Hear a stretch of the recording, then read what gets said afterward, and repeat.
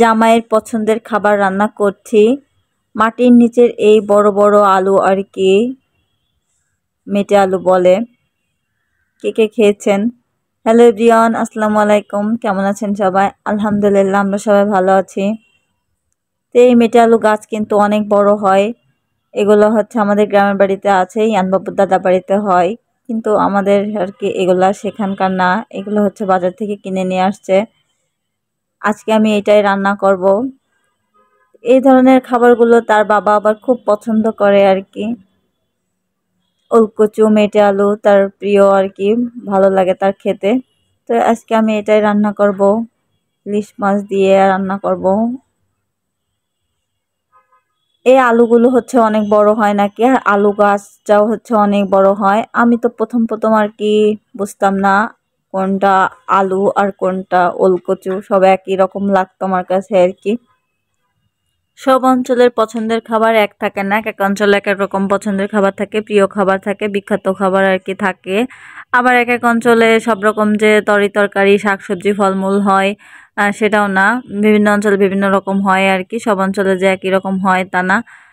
যাই হোক, এখানে আর কি আমি এই আলুটা রান্না করার জন্য আর কি টেনশনে পড়ে গিয়েছিলাম যে আলু কি ভালোভাবে সিদ্ধ হবে নাকি হবে না। আর এই আলু কচু রান্না করতে আমার প্রথম প্রথম আর কি টেনশন করতে হতো যে কি হবে কেমন হবে। এখন রান্না করতে করতে আর কি পেরে গেছি। আর কি সবকিছু করতে করতেই হয়ে যায়। তো এখানে আলুটাকে আমি রান্না করার জন্য আর কি আগেই আর কি সিদ্ধ করে নিয়েছি, আধা সিদ্ধ করে নিয়েছি যাতে সহজ হয় রান্নাটা করতে।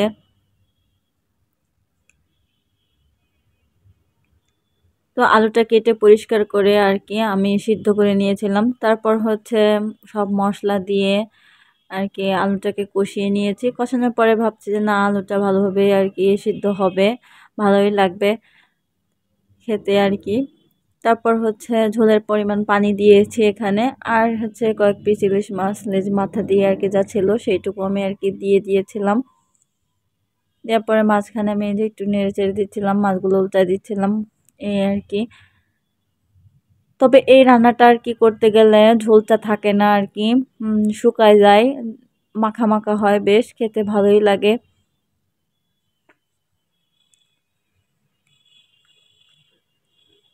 এখানে রান্না আমার শেষের দিকে, তাই আমি এবার একটু ভাজা জিরা গুঁড়ো আর কি ছিটিয়ে দিয়েছিলাম।